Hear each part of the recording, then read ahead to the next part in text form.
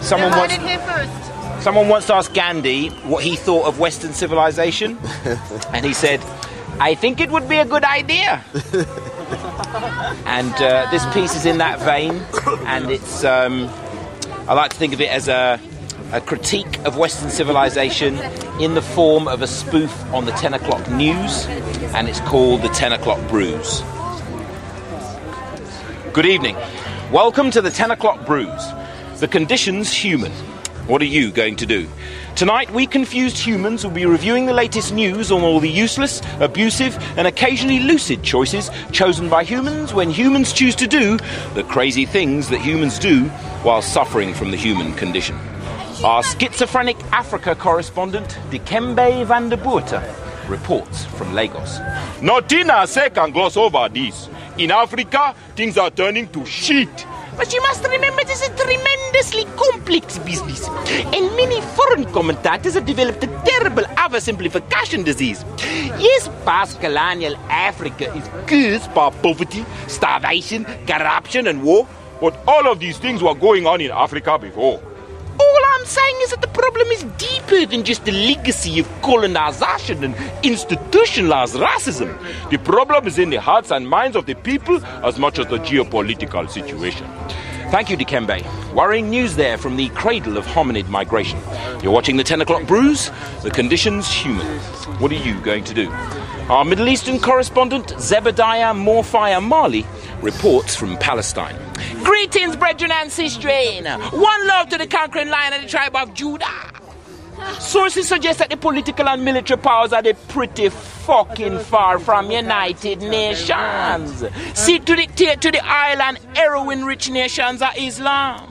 Through Machiavellian legislation, lobbied by multinational corporation, enforced by CIA operation, and leveraged by Israeli-Palestinian conflict negotiation procrastination.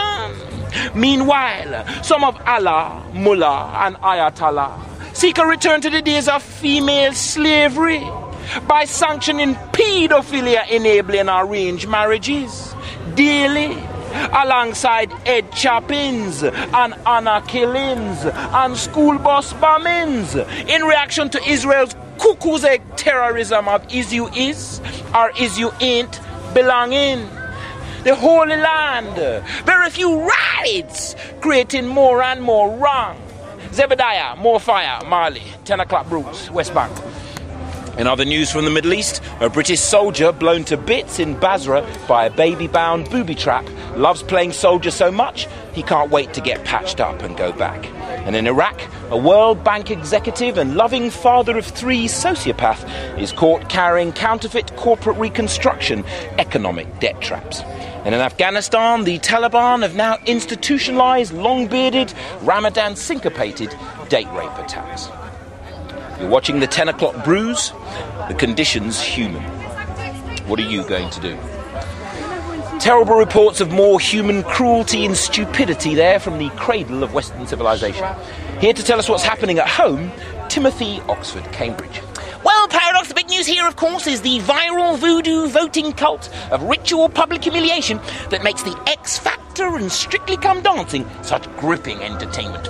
Just what the nation needs to keep its mind off its mortgage payments. Indeed, how lucky we are to have Simon Cowell leading this great nation. But tell me, Timothy, any news of anarchy in the UK?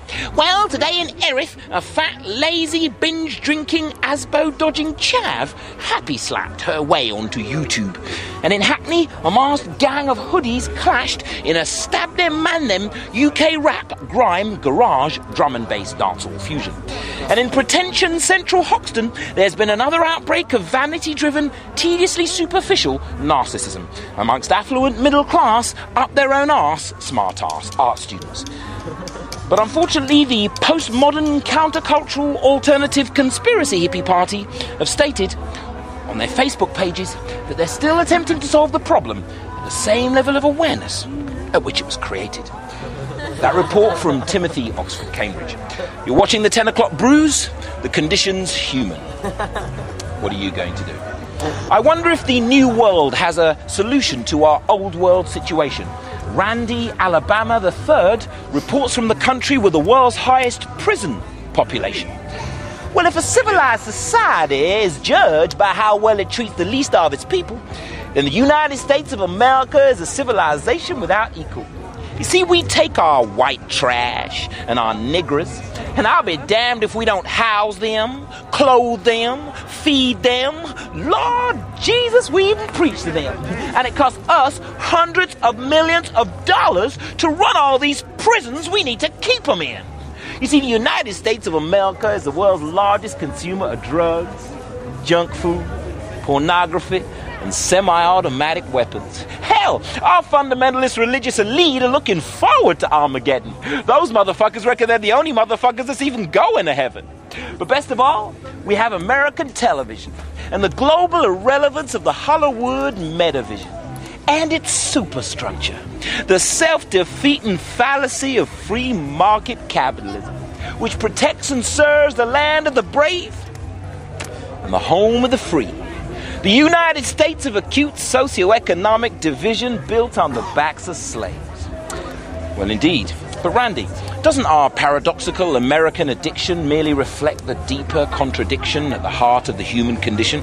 Surely our absurd, death-denying death wish and habitual self-destructive self-delusion merely symbolizes the conundrum that defines the entire sweep of our cultural evolution. Hell no! Thank you, Randy. You're watching the 10 o'clock Bruise. The condition's human. What are you going to do?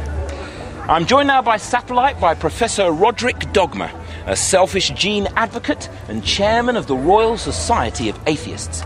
Professor Dogma, what does science have to say about the human condition? Well, first we have to jolly well get rid of this ridiculous God delusion. For God's sake, science has proven there's no need for God because God's job could have been accomplished solely by the process of evolution. All these primitive fools who believe in a higher power are just confused. We simply must stop teaching our children primitive superstitions which contradict scientific truth. Belief without supporting evidence is blind faith, and it makes me hit the roof. We must base our lives on proof, and when it comes to proof, science rules the roost. Oh, yes, it does, Professor Dogma, when you're referring to the world of physical matter. But the psychological world of human experience, surely the materialist mold is shattered. No, do try to keep up. Thoughts and feelings are merely epiphenomena. Only the physical body is real. Consciousness is just neurons firing in the brain. That is everything we think, do, and feel. With respect, Professor Dogma, aren't you guilty of confusing the facts for your own opinion? Which is rather disingenuous given your claim to know truth's true dominion. Yes, science is the gold standard when it comes to measuring and manipulating physical reality, but the multiple dimensions of a human being are a complex, holistic plurality. So when the question is, how are we to live? Or how can we fulfill our potential? Scientific truth is superseded by truths that are paradoxical and existential.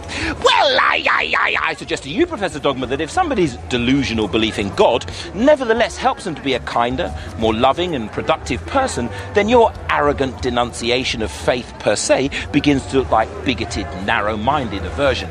Well, I suggest to you, Professor Dogma, that your fundamentalist belief in atheism is not so different from that of a fundamentalist Muslim or Christian. Well, I'm sorry, Professor Dogma, but we're running out of time and I have to say goodbye. It seems there's more to the human condition than can be seen with a scientific eye. You're watching the 10 o'clock Bruise. The condition's human. What are you going to do?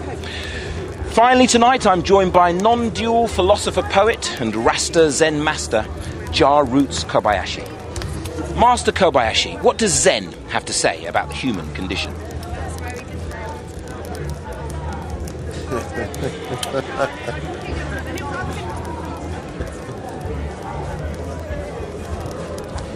Indeed, the sound of silence. That's very Zen.